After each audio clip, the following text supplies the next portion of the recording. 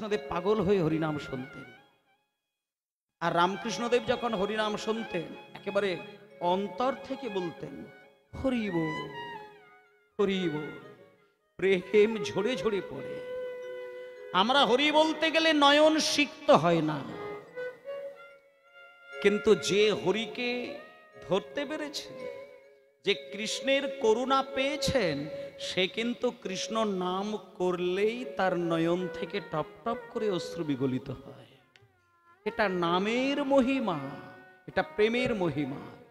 তাই বাবা, কলিঘোর তিমিরে গরাসল জগজন ধর্ম কর্মর হুদুর, মানে কলির ঘোর অন্ধকারে যখন আচ্ছন্ন হয়ে গেল সারা দুনিয়ার মানুষ, তখন সেই কলির অন্ধকার দূর করার জন্যে, চারিদিকে আলোয় আলোকিত করার জন্য অন্ধকার আকাশে 16 কলাই পরিপূর্ণ একটা চাঁদের উদয় হলো, যে চাঁদের গায়ে কোনো ছোপ ছোপ কোনো দাগ নেই। মায়েদেরকে একটা কথা বলি, পূর্ণিমার দিনে যদি আপনি আকাশের দিকে তাকিয়ে থাকেন, দেখবেন একেবারে সগোল চাঁদ দেখা যায়। একটু আস্তে বাজাবে, গোল চাঁদ দেখা যায়। কিন্তু বাবা একটা কথা বলি, যে আকাশে চাঁদ দেখতে পান পূর্ণিমায়, ওটা কিন্তু পূর্ণ চাঁদ নয়। এক কলা চাঁদ কিন্তু ওখান থেকে ছিনিয়ে নেওয়া রয়েছে। এক কলা চাঁদ পরম বৈষ্ণব, 12 জন বৈষ্ণবের মধ্যে শ্রেষ্ঠ বৈষ্ণব, যিনি হলেন দেবাদিদেব মহাদেব। সেই মহাদেবের জটাই দেখবেন একটা সরু কলা চাঁদ দেখা যায়। সেই এক কলা চাঁদ শিবের মাথায়। তাহলে আকাশে কত কলার চাঁদ? ওটা হলো 15 কলার চাঁদ।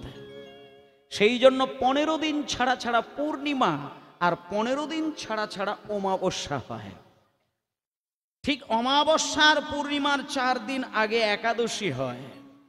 আর যে একাদশীর দিনটা মোটামুটি ভাবে পালন করে যায়, আর ঠিক 4 দিন পরে অমাবস্যার পূর্ণিমা হয়, সেই অমাবস্যা পূর্ণিমাটাকে যদি সে একটু সচেতন থাকতে পারে, তার দুটো জিনিস কিন্তু খুব ভালো কাটবে। দুটো জিনিস তার ঠিক থাকবে, একটা হলো তার মনের ব্যাধি, আর 2 নম্বর হচ্ছে দেহের ব্যাধি। এই দুটো অনেক দূরে চলে যাবে। এখন একটা কথা হচ্ছে, এখানে কেউ বলতে পারবে না, একটা মানুষ মুখ চাপড়ে বলতে পারবে না যে আমার দেহে কোনো রোগ নেই। আমিও বলতে পারবো না যে দেহে কোনো রোগ নেই। দেহের ব্যাধি সকলেরই রয়েছে। কেন হয় এগুলো? দেহের ব্যাধি ম্যাক্সিমামটা নির্ভর করে খাদ্য ভুলের জন্য। কিছু ভুল ভাল খাবার খেয়ে দেহটাকে আমি নষ্ট করলাম। এবার হয়তো বলবেন মনের ব্যাধিটা কোথা থেকে এলো? না, মনও কিন্তু খেতে চায়। এই যে আত্মা, এ কিন্তু খায়। আমরা অনেক সময় অনেক মা ঠাকুরমাদেরকে দেখেছি, বৌমা যদি ছেলেকে নিরামিষ খাওয়াতে যায়, আর শাশুড়ি মা বৌমাকে ধমক দেয়, বৌমা ও বৌমা, ছেলের এই সবে মাত্র 12-14 বছর বয়স, ও এখনই নিরামিষ খেতে হবে এমন কোনো কথা নেই। ওর মন চাইছে, ওর আত্মা চাইছে ও খাক, সময় হলে সব ছেড়ে দেবে। ওকে মারবে না, ওকে কিছু বলবে না, ও যা চাইছে দিয়ে দাও। যেদিন ওর জ্ঞান বুদ্ধি হবে সেদিন নিরামিষ খাবে, এখন ওর আত্মা চাইছে খাইয়ে দাও। এই জিনিসগুলো এখানে যদি কেউ করে থাকেন, আমি বলবো আর এই কথাটা কোনোদিন বলবেন না। কারণ একটা জিনিস জানবেন, আত্মা কোনোদিন, যে খাবার খেলে আমরা সুখ পাই সেই খাবার আত্মা কোনো দিন খেতে চায় না। আত্মা ওই জীব আর ওই দাঁতের লড়াইয়ের মাধ্যম দিয়ে যে আস্বাদনীয় খাবারটি খায়, ওটা দেহ আস্বাদন করে, আত্মা নয়। আত্মা খায় কি খায় জানেন? আত্মার খাবার শুধু একটাই, সেটা হলো ভগবানের নাম। আত্মা শুধু শোনে, আত্মা শুধু বলে, এটাই আত্মার খাবার। তাই জন্য একটা জিনিস বলে যায়, যেমন খারাপ খাদ্য গ্রহণ করলে দেহের ব্যাধি বাড়ে, তেমন নাম ছেড়ে দিয়ে অন্য কোনো কথা, অন্য কোনো চিন্তা যদি আত্মাকে বারবার শোনানো হয়, তখন সেখানে মনের ব্যাধি তৈরি হয়। যে জিনিস তোমার নয় সেটা তুমি হয়তো চেয়ে বসেছ, তাই তোমার মনের যন্ত্রণা। জগতে সবকিছুটাই কিন্তু জগতের নিয়মে চলবে, সবকিছু আমার মতন হবে, আমি যা বলবো তাই হতে হবে।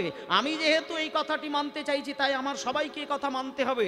আমি যেহেতু এটা চেয়ে বসেছি আমার এটা হতেই হবে, এই বিধানটা মানতে যেও না, এটা কথা নয়। এগুলো যদি করো তাহলে তোমার মনের ব্যাধি সেরে যাবে। তাই জন্য এখানে সকলে মা বাবাকে বলছি, একাদশীর ব্রতটা আপনারা কেউ যদি করে না থাকেন অবশ্যই একাদশীর ব্রত করবেন। আর একাদশীর ব্রত করতে গেলে মিনিমাম একটা কথা বলে দিই, এগুলো অনেকে মেনটেন করে না। আচ্ছা, কারা কারা একাদশী ব্রত করেন একটু হাত তোলেন তো আমি দেখি। মানে কত বাবা মা একাদশী করেন? ঠিক আছে, এইবার বলি, মিনিমাম করছেন, ম্যাক্সিমাম করেননি। এবার আপনাদের একটা কথা বলি, একাদশীর ব্রত এই আসছে যে একাদশীটা হবে, আপনাদেরকে আমি অনুরোধ করব একাদশীর ব্রতটা একটু করার চেষ্টা করবেন, এটা মানুষের দরকার। আর একটা মিথ্যে কথা বলে অনেকেই, যেটা বলে একবারে কাঁচা মিথ্যে কথা, সেটা বলি, অনেক বাড়িতে একটা নিয়ম আছে যে অল্প বয়সী মেয়েদের একাদশী করতে নেই, এটা একেবারে মিথ্যে কথা। আর স্বামী যদি একাদশী না করে স্ত্রীকে নাকি করতে নেই, এটাও মিথ্যে কথা। আর বিধবা ছাড়া সদবাদের করতে নেই, এটাও মিথ্যে কথা। একাদশী মানুষ মাত্রই করতে হয়, এটা অবশ্য কর্তব্য। আর একাদশী পালন করা মানে, তার মানে আমি পঞ্চশস্য খাবো না, পেট ভরে শুধু ফল খাবো, দুধ খাবো, হ্যাঁ এটা ওটা খাবো, এটাও কিন্তু একাদশীর বিধান নয়। একাদশীর বিধান হচ্ছে, যদি মনে হয় যে আমি না খেলে শরীর প্রচন্ড খারাপ হচ্ছে, তাহলে সেখানে যৎ সামান্য খাবারটা শুধু খাওয়া, সেটা পেট ভরার উদ্দেশ্যে নয়, যৎ সামান্য খাবার খাওয়া। কিন্তু আসল কাজটা হচ্ছে একাদশী পালন মানে 24টা ঘন্টায় নাম রসের মধ্যে নিজেকে ডুবে থাকা। এইটা আপনি করে যান। আজ থেকে আমি একটা বিধান করে দিচ্ছি, একাদশীর দিন যদি নাম রসে না ডুবে থাকেন অথচ আপনি না খেয়ে কাটাচ্ছেন, তাতে করে শরীর খারাপ হবে, এটা সচেতন হয়ে যাবেন। শুধু আমি পঞ্চশস্য খাবো না, একাদশী পালন করব, মাঝখান থেকে সারা দিনের নাম করব না, কর্ম করেই গেলাম, হ্যাঁ মাঠে ঘাটে কাজ করে গেলাম। একাদশীর দিনে ওই বিশেষভাবে শারীরিক পরিশ্রমটা একটু কমাবেন, পারলে 24 ঘন্টা নামের মধ্যে ডুবে থাকবেন। তারপরে দেখুন আপনার শরীরের কোনো প্রবলেম, কোনো সমস্যা তৈরি হয়েছে কিনা, এটা মেনে চলবেন। একাদশী আর অমাবস্যা পূর্ণিমা এইগুলো যদি পেলে চলেন, আমি বলে দিচ্ছি মেনে নেবেন।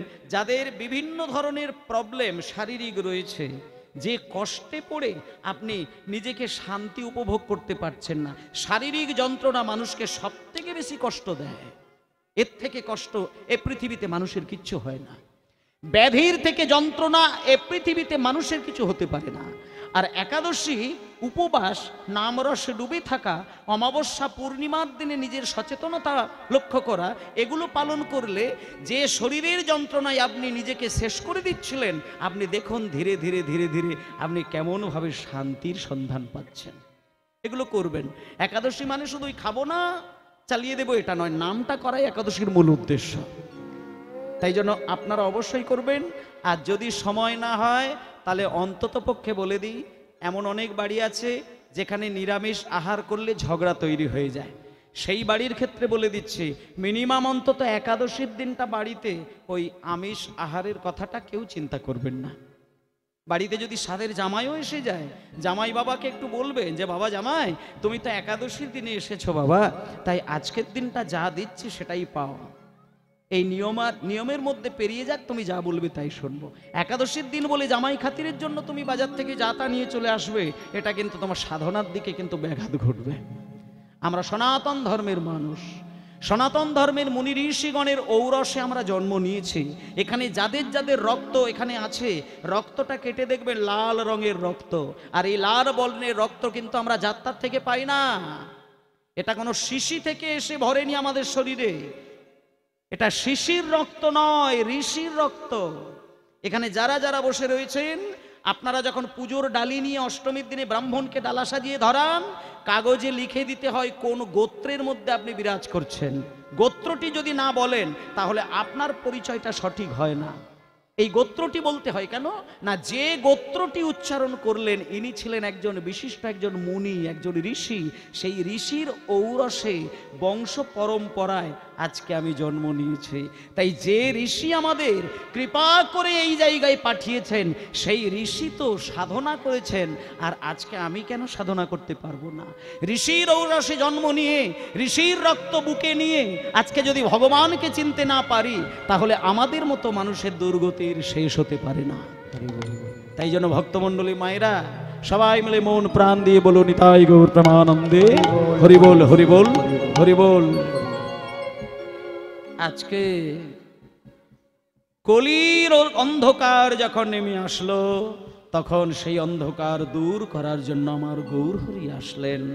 সেই গৌরহরিকে পাবার জন্য চলুন আমরা সবাই মিলে সেই জায়গায়, সেই জায়গায় নর নর বলি প্রভু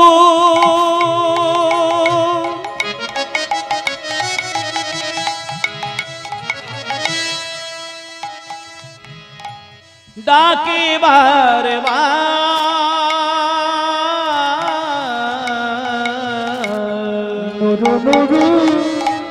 বলি প্রভু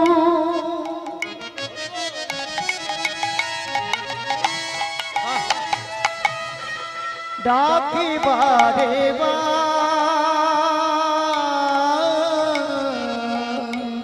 ডাকিতে ডাকিতে বহে, ডাকিতে ডাকিতে বহে প্রেম শ্রুধা,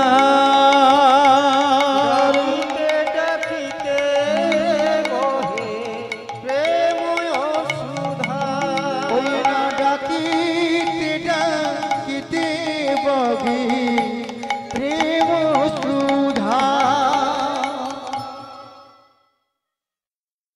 ভক্তমণ্ডলী মা বাবা, আজকে আমরা গৌরহরিকে কিন্তু কাছে পাইনি, কিন্তু তার জন্য আমাদের কোনো দুঃখ নেই, কোনো কষ্ট নেই।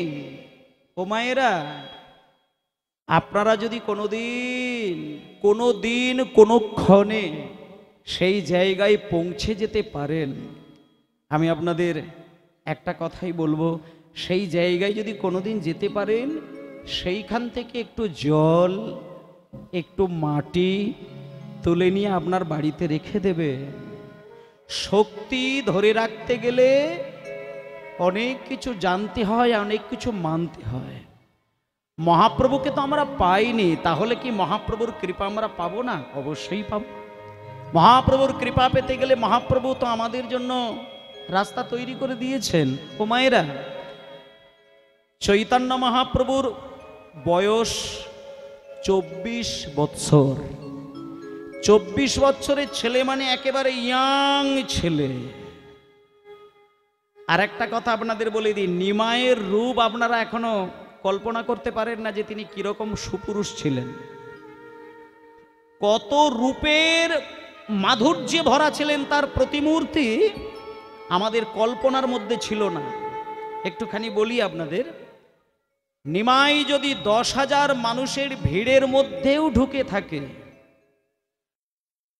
এই যে এখানে মায়েরা বসে আছেন, আপনাদের পাড়ার ছেলেরা যদি আপনাকে এসে বলে, ও মা, আপনার ছেলে 100টা ছেলের ভেতরে দাঁড়িয়ে হরিনাম গাইছে, কই আপনি চিনতে পারবেন আপনার কোনটা ছেলে? আপনি কিন্তু শত ছেলের মাঝখানে নিজের ছেলে থাকলে ধরতে পারবেন না। কিন্তু একটা কথা বলি, নিমাইয়ের মা সচিমা, তাকে একদিন এক ভক্ত এসে বলেছিলেন, আচ্ছা মা, ও মা, একটা কথা বলবো। বলছিলাম কি, নিমাই যদি ওই 1000 মানুষের ভেতরে দাঁড়িয়ে হরিনাম গায়, তুমি কি তোমার দূর থেকে চিনতে পারবে যে কোনটা তোমার ছেলে? তখন সচিমা বলছে, বাবা শোন শোন শোন শোন শোন, একটা কথা শোন, তুই 1000 ছেলের কথা বললি, মাত্র 1000, তাহলে শুনবি, 1000 ছেলের দরকার হবে না, 10,000 ভক্তের মাঝখানে যদি আমার নিমাই শুধু দাঁড়িয়ে থাকে, শুধু যদি দাঁড়িয়ে থাকে, হাত তুলে দেখাতে হবে না। 10,000 ছেলের মাঝখানে যদি আমার নিমাই শুধু দাঁড়িয়ে থাকে, আমি দূর থেকে একবার শুধু দেখে বলে দেব কোনটা আমার ছেলে। বলে কি করে বলবে? না, ওই 10,000 ছেলের মধ্যে সবার থেকে লম্বা যে ছেলেটি, ও হচ্ছে আমার নিমাই।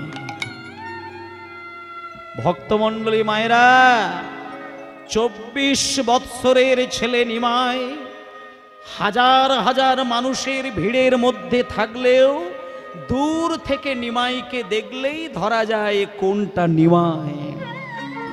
যার পাহাড়ের মতো ছিল তার বক্ষ, হাতির মতো তার স্কন্ধ, কোমর ছিল সরু, আর চোখগুলো ছিল লম্বা লম্বা।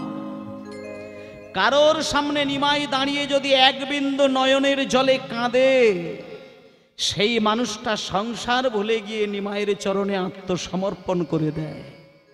আর এহেন নিমাই আজকে সন্ন্যাসী হয়ে চলে গেলেন। আর যখন তিনি সন্ন্যাসী হয়ে চলে যাবেন, তার কয়েকটা দিন আগে তিনি আমাদের জন্য একটা ভালো কাজ করে দিয়ে গিয়েছিলেন। সেই কাজটা কি ভক্তমণ্ডলী মায়েরা, চলুন এইবার সেই বিষয়টার উপরে যায়। মানে মহাপ্রভু কোন কাজটি করেছিলেন বলে আমরা আজকে ধন্য হয়ে গেলাম। এই যে আজকে হরিনাম করছি, কার জন্য জানেন? এই কলিযুগে হরিনামটা কে এনেছিল?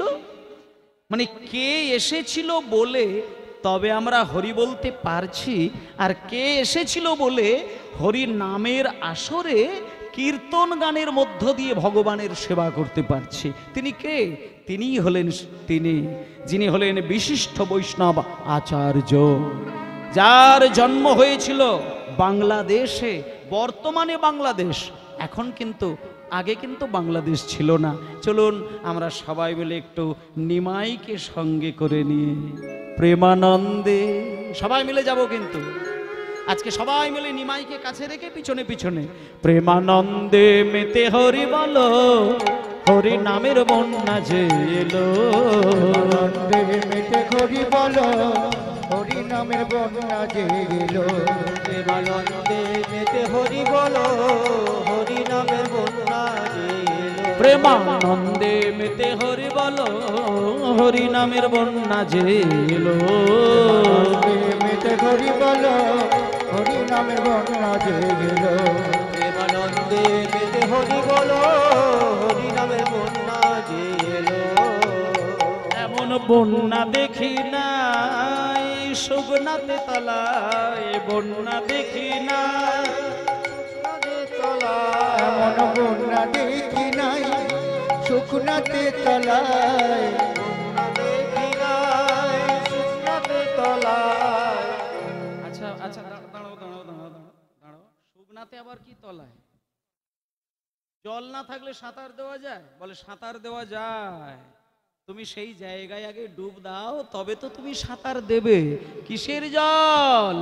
এমন বন্যা দেখি নাই সুগনাতে তলায়, বন্যা দেখি নাই শুকনাতে তলায়। বন্যা দেখি নাই শুকনাতে তলায়। আর ডুবলো নদীর পুরুষ নারী জাতের বিচার নাই। আর ডুবলো পুরুষ নারী জাতের বিচার নাই।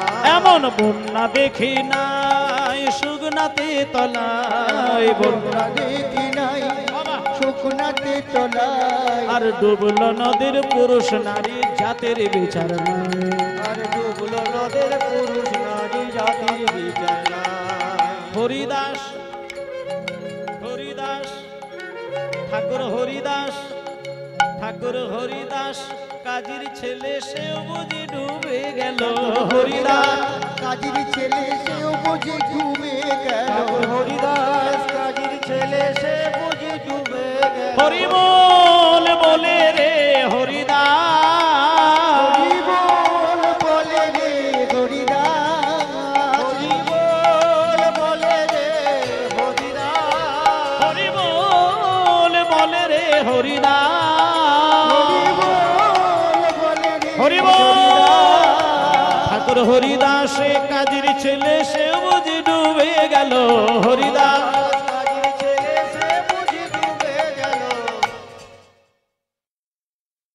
নামের বন্যা যে এলো প্রেমানন্দে মেতে হরি বলো হরি হরি হরি হরি গেল নন্দের মেতে হরি বলো হরি নামের বন্যা যে গেল প্রেমানন্দে মেতে হরি বলো হরি নামের বন্যা যে গেল।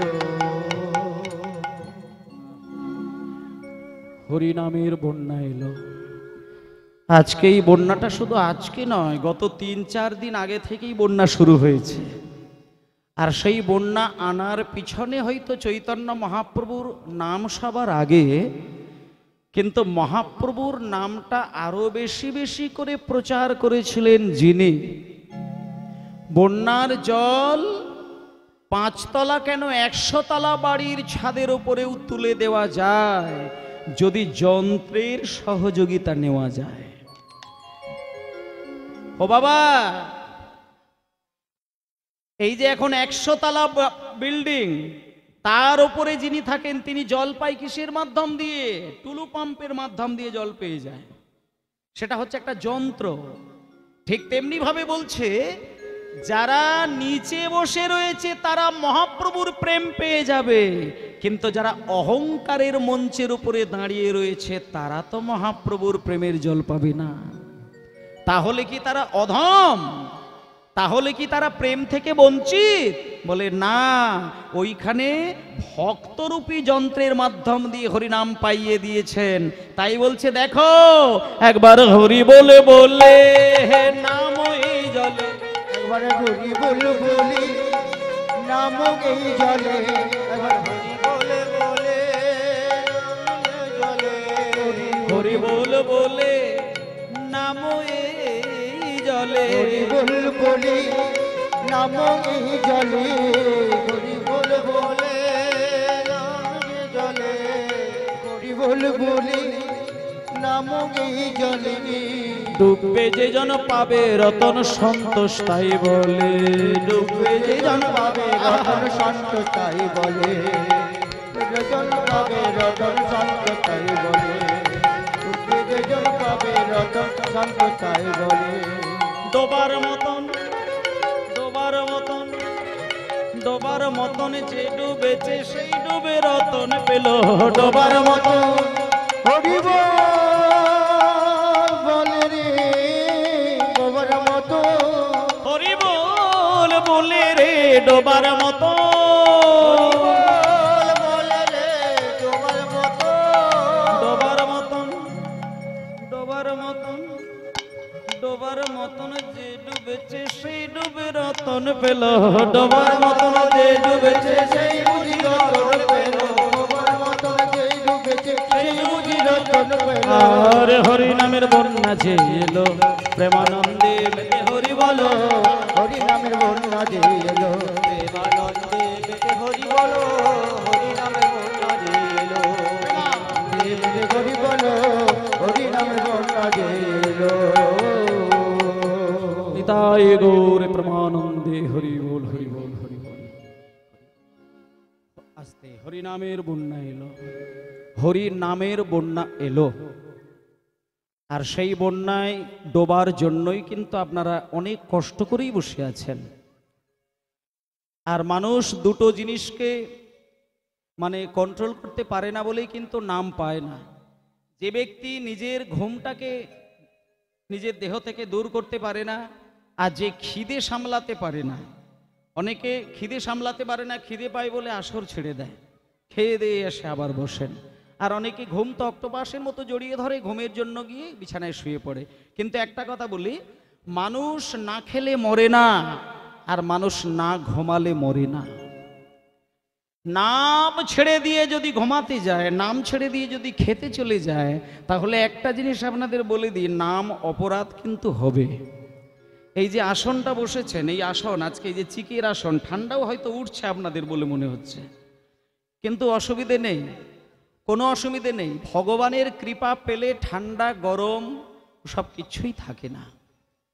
তাই জন্য একটা কথা বলি মায়েদের, আজকে যখন কৃপা হয়েছে আপনাদের, কষ্ট করে কয়েকটা দিন যেমন হরিনাম শুনছেন, আবার আগামী দিনগুলোও শুনবেন, অন্তত পক্ষে দেখবেন সারা জীবন যদি মুখে আপনার হাসি নাও থাকে, শেষের দিনে কিন্তু আপনার বদন ভরা হাসি হাসতেই হবে।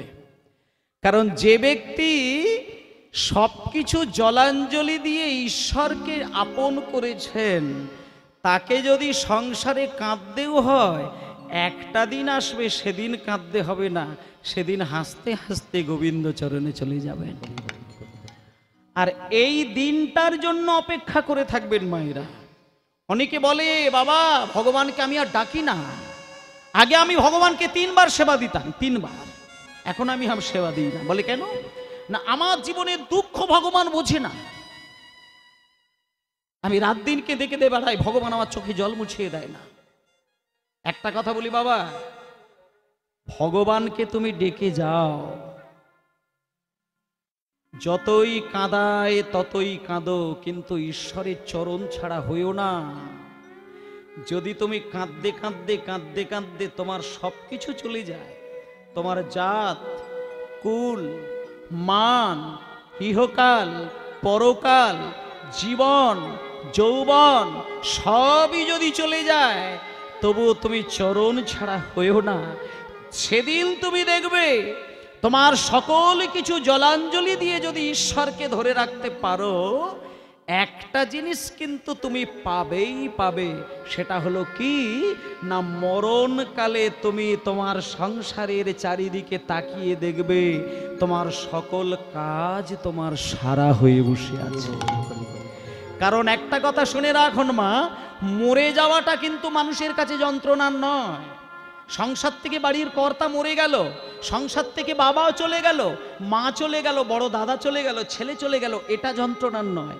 যন্ত্রণাটা বাড়ির সেইখানে মরার সময় সেই ব্যক্তি যদি যন্ত্রণা রেখে দিয়ে মরে যায়, সেটাই সব থেকে বেশি যন্ত্রণা। কোনো বাবা যদি লক্ষ লক্ষ টাকা ঋণ রেখে দিয়ে যদি মারা যায়, সেই ঋণ কিন্তু মর্মান্তিক রূপ ধারণ করে সেই সংসারে। কোনো বাবা যদি 4টে মেয়ের বিবাহ না দিয়ে মরে যায়, সেখানে যদি রোজগার না থাকে, তাহলে কিন্তু সেটাই যন্ত্রণা।